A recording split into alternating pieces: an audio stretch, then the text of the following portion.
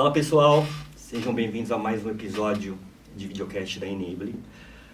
Hoje o nosso papo é muito especial, né? Hoje a gente vai falar de transformação digital no segmento público, né? Então a gente vai bater um papo hoje com o pessoal da Sejan, certo? E a gente vai trazer aqui para vocês alguns insights, né, do nosso projeto construído com eles, sobre como a gente tem impactado, né, através de treinamento, capacitação e desenvolvimento, pessoal de comunidades, né? Então, estou aqui com o Rogério. Rogério, seja bem-vindo, muito bom falar contigo, obrigado pelo espaço. Obrigado pelo convite. E, Rogério, só para a gente começar, né, conta um pouquinho de você, quem que é o Rogério, né? E na sequência, se você puder também contextualizar um pouquinho sobre a Sejan, quem que é o grupo Sejan e o que que ele faz. E vamos seguir, vamos bater um papo. Perfeito. Então, Leonardo, o Rogério é um professor de carreira, eu sou biomédico de formação, mas nunca atuei como biomédico, fiz meu mestrado e doutorado na área de ciências, e o Rogério é um gestor acadêmico por essência, né? Eu atuei em boa parte da minha vida como administrador e gestor de produtos e processos educacionais, fui diretor de faculdade, fui coordenador de curso, e há 6 anos aproximadamente mudei um pouco de área, continuei na educação, mas vim para a educação corporativa, né? Saí da educação formal, mais regular, de nível superior, e vim para a educação corporativa. O Sejan, o Centro de Estudos Dr. João Amorim, é uma instituição filantrópica e sem fins lucrativos, por óbvio, que é uma organização social em saúde. As organizações sociais em saúde são, atualmente, o principal modelo utilizado pelo Estado, e aí quando eu digo Estado, pelos municípios, pelo Estado, pelos estados e pela federação, para a gestão de equipamentos ou de estruturas públicas da saúde. Quando a gente está falando de estruturas públicas da saúde, a gente está falando de unidades básicas, de unidades de pronto atendimento, de hospitais municipais, de hospitais estaduais, de hospitais federais, de clínicas, de centros de acompanhamento e atendimento psicossocial, todos esses tipos. O Sejan hoje é uma das grandes OSs do Brasil, nós somos mais de 24 mil colaboradores. Essa seria a minha pergunta. Então já estou contando aqui, não. Então são mais de 24 mil colaboradores, nós temos 34 anos de história e é uma instituição que está hoje distribuída em mais de 150 unidades pelo Brasil, principalmente concentradas no estado de São Paulo. Perfeito. E no Rio de Janeiro. Então basicamente a gente faz isso, mas o Sejan surge, e eu acho que só complementando, Léo, de um ideal de 3 médicos muito relevantes na história, que objetivaram construir um centro de estudos e pesquisas, e nessa tríade sustentadora está sempre assistência, que é o cuidar da saúde das pessoas, a responsabilidade social, ou seja, voltar para a comunidade aquilo que a gente está desenvolvendo e descobrindo, e a educação. E nisso entra a nossa escola Sejan, né, que é o pilar sustentador parceiro do Sejan para o desenvolvimento da educação, tanto corporativa como a educação que muda a vida das pessoas. Pô, esse é o ponto, né, né, professor? Educação que muda a vida das pessoas. É isso que a gente vai falar um pouquinho aqui, né, e também quero introduzir para vocês, pessoal, o Pepe, né? Pepe é o nosso VP de Customer Success, está aqui para bater um papo com a gente também. Pepe, se quiser contar um pouquinho de quem é você, a sua atuação na Enable, também fica à vontade. Eu sou Giuseppe, me chama de Pepe, mas tudo bem. Giuseppe Mosello, eu sou vice-presidente de Customer Success aqui na Enable, e nós cuidamos exatamente do sucesso do cliente. Então temos o prazer, por exemplo, de ter a Sejan como nosso cliente já há algum tempinho, estamos trabalhando muito com eles, entende? É isso que nós prezamos, entende? Nesta parceria muito estreita. Muito legal. Professor, só para a gente começar o nosso bate-papo, né, para a gente aprofundar um pouco no âmbito do nosso projeto, né, eu queria que você contasse, né, se você já deu uma breve introdução sobre como a Sejan atua, né, um pouco das unidades e de como funciona a estrutura da Sejan, mas eu queria que você contasse um pouco também, né, um pouco do âmbito da plataforma, né, como que surgiu a ideia, né? Eu sei que a Enable não é a primeira plataforma de vocês, mas como surgiu a ideia de ter uma plataforma de treinamento, qual que era o objetivo na ponta, né, e lá atrás, e como a Enable, como a gente se conectou e como a Enable entrou dentro desse processo. Perfeito. Na verdade, quando eu vim para a Escola Sejan e para o Grupo Sejan, eu trouxe uma bagagem da experiência no ensino superior, e eu trabalho vinculado à educação à distância desde 2000, né? Ou seja, 25 anos, faz um tempinho, né, Pepe? E na época em que a gente tinha uma antena transmitindo de um lado e uma antena recebendo do outro. Lembra disso? Lembra, né? E que a volta se dava por ligação fixa, por voz, né? Então, Léo, no momento em que eu cheguei aqui no grupo, um dos desafios que eu tinha para comigo mesmo era como ampliar a importância da educação no âmbito da produtividade, do rendimento e da performance na saúde. Perfeito. E os tempos atuais, e aí quando eu digo atuais, é mesmo no pré-pandemia, né? Eu entrei aqui em 2019, já demonstravam e continuam hoje de uma forma muito mais forte, mostrando que não há mais espaço para treinamentos naquele modelo clássico do passado. Não há mais espaço para educação naquele modelo clássico do passado. Já não havia espaço lá, né? Antes da pandemia, né? Antes da pandemia. A pandemia, por óbvio, acelerou esse processo.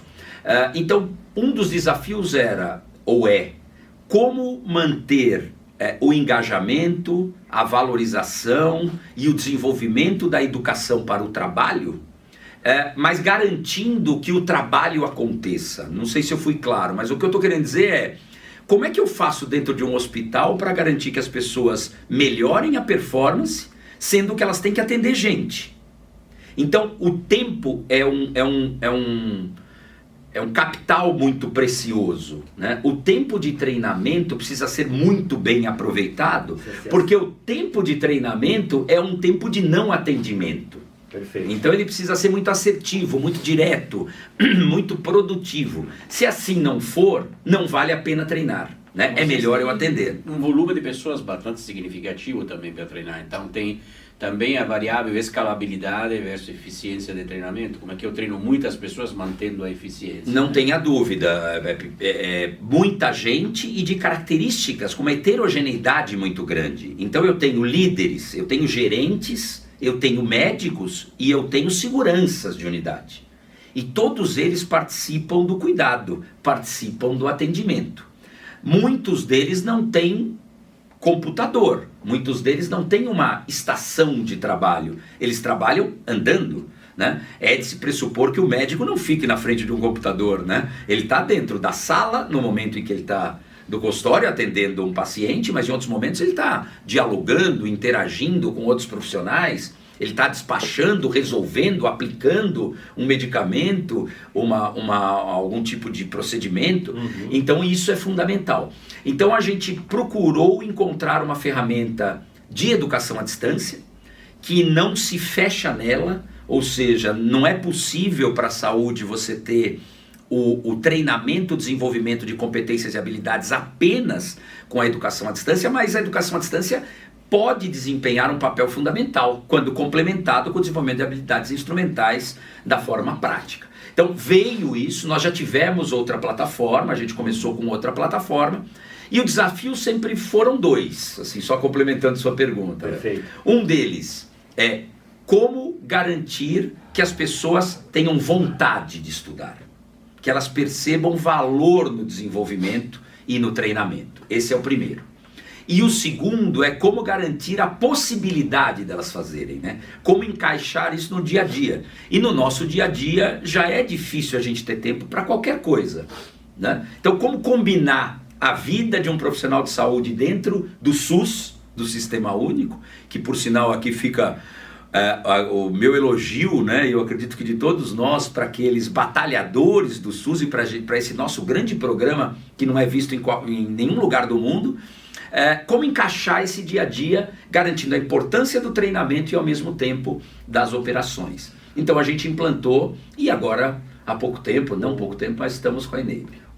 Professor, então eu posso entender que um dos desafios que você comentou seria, Léo, eu preciso ter uma alta penetração, eu preciso ter um engajamento na plataforma, certo? Então isso é um dos pontos que você comentou. Dentro desse contexto, a minha leitura sobre engajar pessoas e fazer esse movimento acontecer, ele está atrelado a 3 pilares, que é o que você comentou. Cultura organizacional, que é vender o treinamento com a importância dele, plataforma e conteúdo. Sem dúvida. Então eu preciso ter a plataforma que gere fluidez para a ponta, que o cara precisa, como você falou, Léo, tem o médico, tem o enfermeiro, tem o nutricionista, tem o segurança, todos esses perfis de públicos precisam ter a mesma fluidez para acessar um conteúdo. E aí entra a parte do conteúdo. Eu preciso ter a dinâmica de gerar conteúdos e criar conteúdos para perfis diferentes, adequados à realidade daquela pessoa. Perfeito. E daquela persona. Show. Vou trazer agora, né, um pouquinho de, professor, como é que foi a implementação do projeto. Né? Eu queria que você contasse, né, como é que foi, né, o processo de implementação da Enable. Né? A gente já está junto a 1 ano e meio, 2?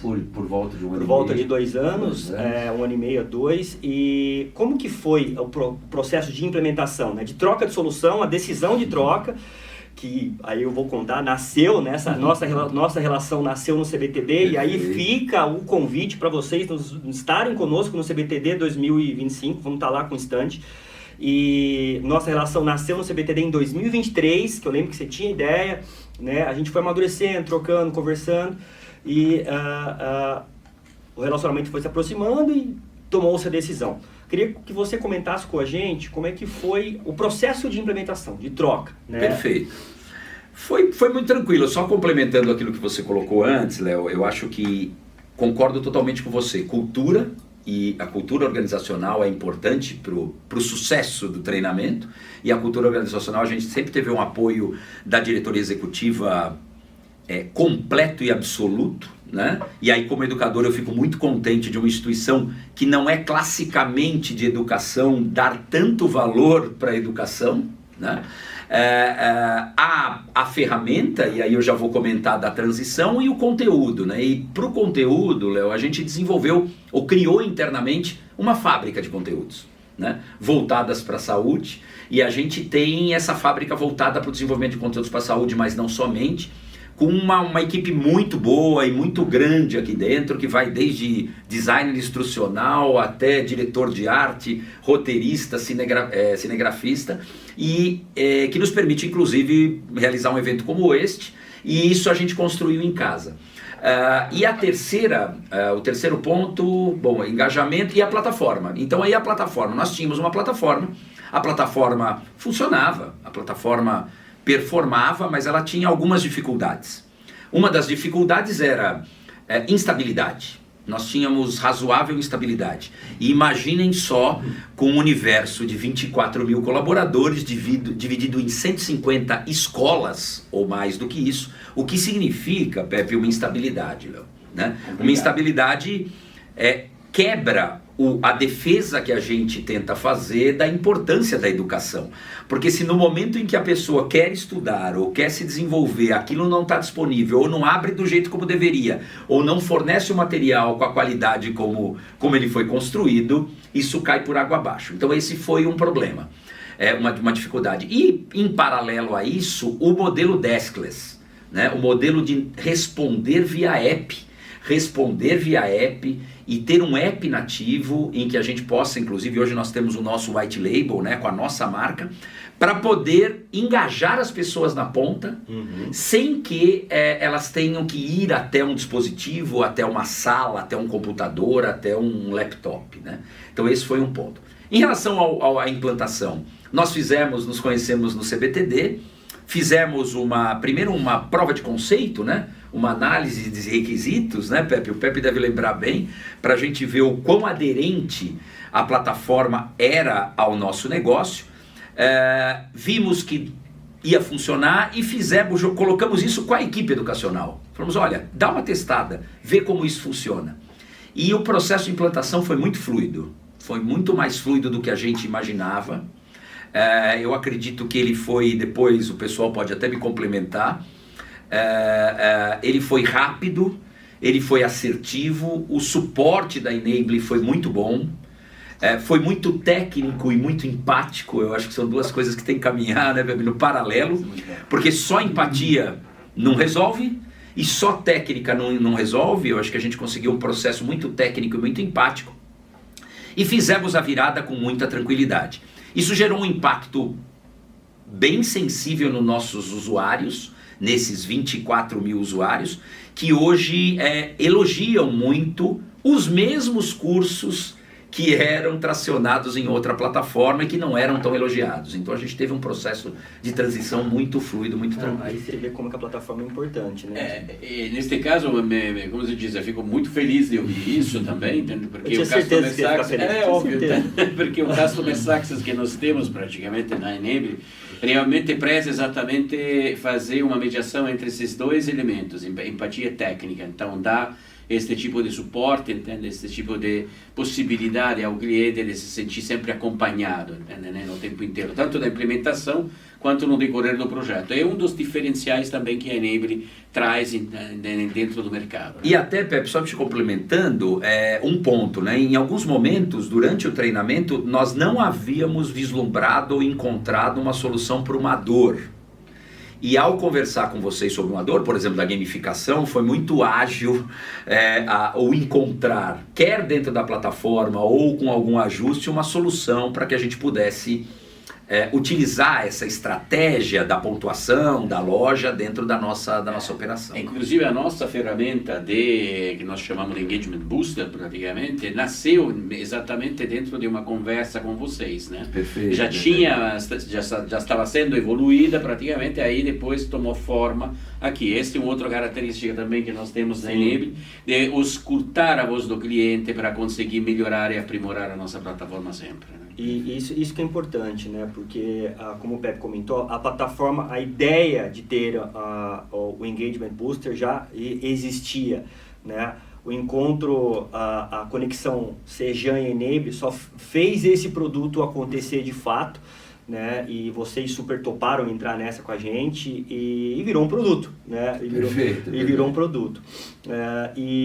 O professor, deixa eu entender um pouquinho também sobre, a gente falou sobre cultura de aprendizagem, né, sobre você ter uma fábrica de criação de conteúdo, né, mas você tem um universo muito grande, né, de pessoas, né? Qual que é a estratégia hoje que vocês usam, né, para engajar, né? Microlearning, conteúdo interativo, vídeo, shorts, né? Eu estou te fazendo essa pergunta porque o teu conhecimento, né, principalmente com o público que você atua, pode abrir a cabeça de muitas outras pessoas, empresas que também possam ter, não a Enable como solução, outras plataformas, mas que também podem estar presas nesse, cara, não sei que dinâmica eu uso, não sei como é que eu chego lá, o que eu faço, né? E hoje, eu digo que a Sejan é uma empresa que é um grupo que está muito à frente com relação à educação, né? Então eu queria entender de você como é que você traz isso para a galera da ponta lá.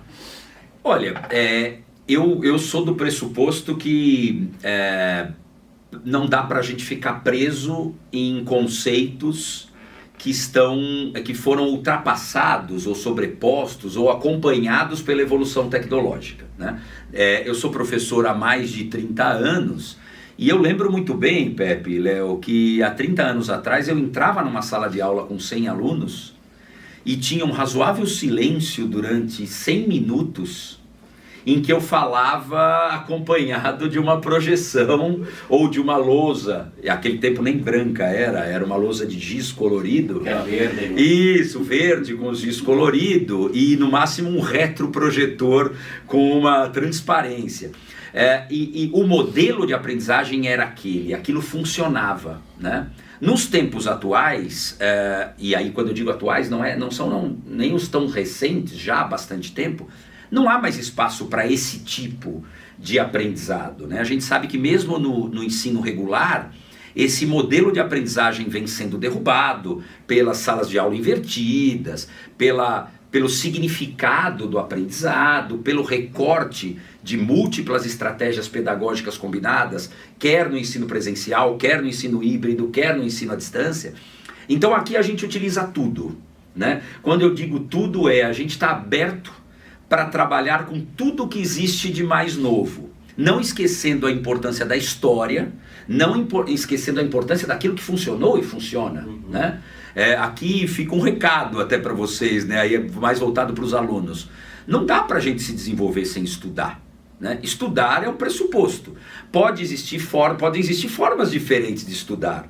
Eu, na minha época, lia mais livros em papel e capítulos densos de 20, 30 páginas para entender. Hoje você pode assistir um vídeo, um material multimídia, animado, que deixa mais claro algo que era menos tangível, que era menos palpável. Né? Na hora que eu explico a estrutura de uma célula, você não consegue perceber o que é uma célula. Desenhar uma célula plana na lousa é uma coisa. Ver uma célula em 3D com as organelas, com as estruturas, em um vídeo animado do YouTube, é muito melhor. E a gente tem que aderir a isso. Então hoje a gente tem muito microlearning, eu acredito mesmo nos pequenos conteúdos focados no desenvolvimento de pequenas competências.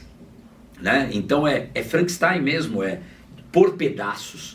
A gente acredita muito no significado, né? No estímulo a começar por um problema, começar por um desafio, para que isso estimule o interesse por pesquisar, o interesse por aprender, o interesse por desenvolver.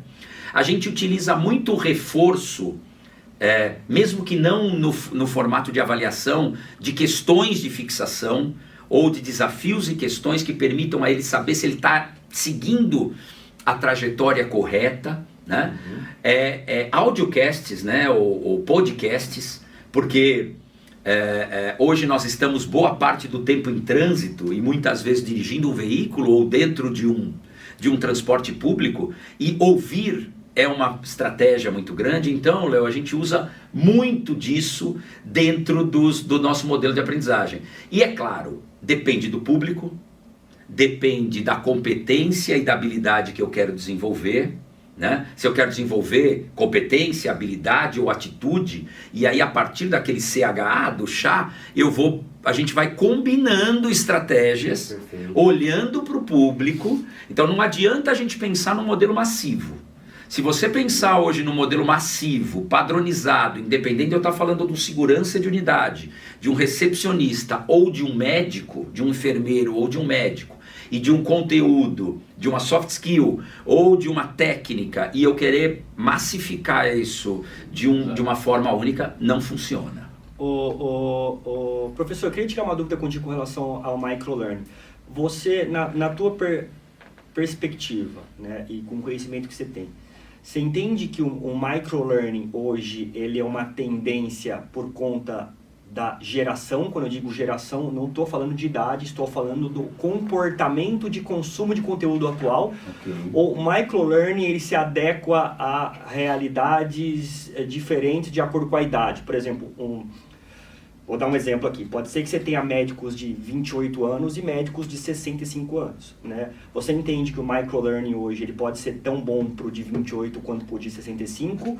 Ou você entende que o microlearning hoje ele é uma realidade para os dois universos? Eu acho que há bastante discussão a esse respeito, porque o que a gente não pode confundir, e aí eu vou até somar uma variável, é aquilo que é curto não precisa ser raso.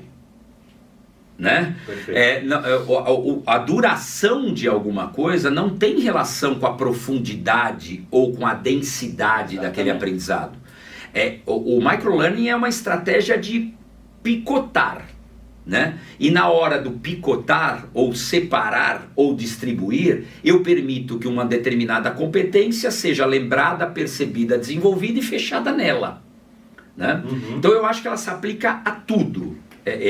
Essa estratégia se aplica a praticamente tudo. Claro que nós vamos ter resistências, muito provavelmente, dos professores, dos acadêmicos mais clássicos, dizendo, na hora que eu corto um conteúdo denso em pedaços menores, com objetivos menores, eu perco a sequência. Eu, de fato, acredito que não. Eu acredito que é totalmente possível. Isso fica muito evidente, Pepe e Léo, por exemplo, quando você hoje assiste séries. Né? As pessoas hoje assistem mais séries do que filmes. E muitas séries com episódios mais curtos, que se fecham neles, né? Isso não é algo absolutamente novo, porque aqui Há quanto tempo nós temos as telenovelas brasileiras? O que são as telenovelas? É uma série transmitida ao vivo numa televisão aberta, né? Em que você gera a expectativa do próximo episódio. Eu acho que o microlearning tem que gerar a expectativa do próximo episódio, né? É algo que não precisa ser raso, mas precisa se fechar dentro de um objetivo específico. E eu estava somando, Léo, só para finalizar esse aspecto, que é o mesmo que eu falo do lúdico e do sério. Né? Não há mais espaço. Hoje nós temos um programa em que a gente produz conteúdo de educação em saúde para usuários do SUS.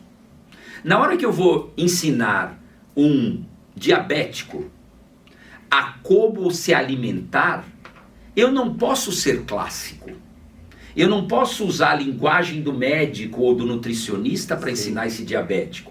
Eu tenho que me adaptar à linguagem que este usuário, que esse cidadão, está disposto e acostumado a ouvir. Senão ele não vai incorporar essa aprendizagem. Então é o mesmo que eu falo do lúdico. Às vezes a gente diz, parece brincadeira, então não é sério. Não, é sério, desenvolve competência, gera aprendizagem, mas não precisa ser chato, né? Para ser sério. Eu posso ter algo lúdico, mais engraçado, mais envolvente e menor e ter o mesmo poder de desenvolvimento. Nossa, perfeito. Nossa, aqui tem pauta para 2 horas, mas a gente não tem esse tempo. Mas, professor, agora trazendo um pouco pro impacto que a plataforma tem trazido para a ponta. Você tem algum caso emblemático aí que passe pela tua cabeça, né, de que a Enable tenha trazido, né, que seja para a Sejan, né, como estrutura, ou para o público que a Sejan atende? Né? Nós temos, acho que diversos. Nós temos uma situação muito importante que são os hospitais públicos estaduais, onde a gente faz a gestão. Quando uma instituição, uma organização social assume um hospital público, ela faz a gestão normalmente, quando é por um contrato, da estrutura toda. Desde a portaria até o médico cirurgião e o anestesista que está dentro de determinada sala cirúrgica. E normalmente essas estruturas não têm salas de aula ou espaços de aprendizagem, né? E uma queixa muito grande era: como é que nós vamos deslocar essas pessoas para aprender em espaços físicos? A avaliação de desempenho dele vai piorar, ou ele não vai ser efetivado nos 90 dias. O engajamento e a dedicação àquilo é muito menor. Eu tenho que poder estudar na hora que eu quero estudar. Evitar o obrigatório. E evitar o obrigatório. Claro que é obrigatório, né? E como corporação a gente tem que exigir que as pessoas se eduquem, se capacitem e evoluam. Mas não exatamente naquele momento, naquele lugar. Então nós tínhamos um problema muito grave com algumas equipes volantes que não estavam nunca num espaço só. Elas desempenham atividades cada dia num hospital. E como resolver isso? Então o modelo Deskless resolveu sensivelmente. Um outro ponto também... Mudou a rotina. Facilitou muito a vida. Aproximou o treinamento para eles. Né? Sem dúvida. Valorizou e possibilitou, eu acho que essa é a palavra, possibilitou. Né? A gente tinha uma dificuldade muito maior no cumprimento das metas quando isso não era possível. Um outro ponto é justamente aquela possibilidade de eu embarcar questões ou avaliação dentro do próprio vídeo, né? Então a evolução de um aprendizado, quando em um mesmo objeto eu tenho diversas interações, como por exemplo estar assistindo aqui o nosso vídeo e ter uma pergunta no meio, isso também facilita, porque parece, e aí eu não tenho ainda dados mapeados, mas parece que isso, comparado com modelos clássicos e que eu apresento a questão depois, produz um rendimento e uma qualidade da aprendizagem melhor, né? Então esses são só 2 exemplos que facilitaram a nossa vida, né? A analogia que eu faço dessa funcionalidade, que é o que também pode estar dentro do microlearning, que são as microinterações, dentro de um microlearning ou dentro de um conteúdo mais robusto, é a analogia de qual é o comportamento hoje que um digital influencer tem que ter para trazer esse público para ele, né? Então o que muitas vezes alguns digital influencers, algumas pessoas utilizam? Se ele só fala, né, e naqueles 10 segundos ele não consegue te prender, você já vai mudar o story, né? Então, e se esse cara, ele fala, ele coloca uma caixinha de pergunta, fala comigo, interage, o que vocês acham? Pô, comentem aqui. Cria-se uma comunidade, uma dinâmica com o público, né? Então, acho que isso ajuda bastante. Você comentou, não tem métrica ainda, mas traz a pessoa, né? Ou faz ela refletir naquele ponto em questão. Eu acho que o engajamento é fundamental, sabe muito bem que depende muito também de como aquele conteúdo vai impactar o interesse da pessoa que vai ter que segui-lo. Então, o conteúdo é fundamental para o engajamento. Você acha que a plataforma, desse ponto de vista, facilitando o acesso ao conteúdo, deixando o conteúdo disponível em qualquer momento e deixando fácil também de acessá-lo e de, vamos dizer, gravar as informações através da pergunta, ajudou no engajamento? Sem dúvida, sem dúvida. Tem ajudado, tem ajudado. A gente está começando a trabalhar de uma forma mais intensa, vamos dizer, nisso, mas eu não tenho dúvida que tem ajudado. E aí eu lembrei de uma coisa, Pepe, até que nós temos alunos, por exemplo, que têm muita dificuldade de acesso 24/7 à rede, né? Então nós temos alunos que precisam continuar fazendo algo offline, e isso também é um facilitador, né? Eu poder realizar alguma atividade offline e depois disso eu continuo estudando no off, e na hora que eu me conecto novamente, a minha história, o meu percurso é atualizado, né? Porque a gente sabe que, principalmente em ambientes mais remotos, e aí nós estamos falando, por exemplo, das pontas da Zona Sul de São Paulo, quando eu digo ponta, é ponta mesmo, né? Lá para lá, perto da represa, longe da represa, inclusive os sinais de celular são muito ruins, né? Então, e a gente tem que lidar com a possibilidade, nós temos também alunos do curso técnico, enfermagem, que são de uma camada, de um extrato social menos favorecido, mais vulnerável, e que nem sempre tem planos de internet capazes de dar suporte a toda essa volumetria, né, e esse peso que uma educação traz, né? Então, poder fazer offline, ou poder continuar consumindo offline é um ponto muito favorável. Eu posso entender, então, que o offline permitiu que a CEJAN chegasse mais longe. Sem dúvida, sem dúvida, sem dúvida, sem dúvida. O offline é uma excelente ferramenta, já era um pedido dos nossos colaboradores e dos nossos alunos, e hoje é extensamente utilizada, porque ele sabe que ele pode continuar fazendo sem ter a obrigação de consumir, vamos dizer, ser um recurso próprio. A gente estava falando aí de engajamento. O engajamento é um problema da realidade atual, não só, né, não mais da CEJAN, mas, né, de todas as empresas que eu converso, o engajamento, como é que eu engajo. Então, o objetivo aqui é a gente tentar trazer para vocês que quanto menos barreiras, quanto mais fluido for o processo, maior a minha penetração. O professor, e só para a gente finalizar, né, o nosso bate-papo, cara, tinha pergunta pra caramba para fazer aqui, né, mas a gente tem um tempo limite.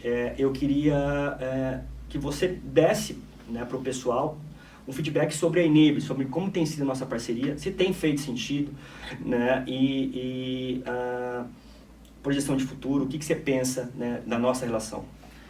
Olha, a gente está muito contente, de verdade, a gente está muito contente. Eu acho que nós temos talvez uma dificuldade nos tempos atuais, que no passado, vou voltar aqui e fazer só uma historinha, tá, Léo? No passado, quando você ia escolher um sistema, qual fosse, você tinha 4 opções, né? 3 opções, né?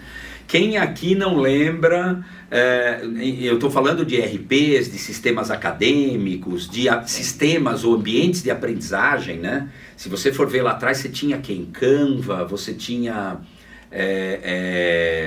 como é que é o nome lá, o mais famoso? Moodle. Você tinha Blackboard, você tinha 3 ou 4. Com a expansão, vamos dizer assim, tecnológica, o crescimento das startups, etc., esse universo foi transbordado de possibilidades. E eu acho que o difícil aí é a gente encontrar corporações que tenham um pipeline bem desenhado, né? um roadmap bem desenhado, que tenham clareza onde estão, o que têm, o que ofertam e onde querem chegar, né? Claro que mudanças existirão, mas esse desenho existe. Tá? Sim. E ao mesmo tempo cumpram aquilo e entreguem aquilo que prometem. Então eu acho que esse é um ponto crucial nos tempos atuais. Vender é fácil, é mais fácil. Entregar é mais difícil. Entregar é mais difícil. Vender e né? entregar. Então eu acho que um ponto muito interessante e que a gente tem que reforçar é tudo aquilo que a gente combinou no pré aconteceu no pós e tem acontecido no pós.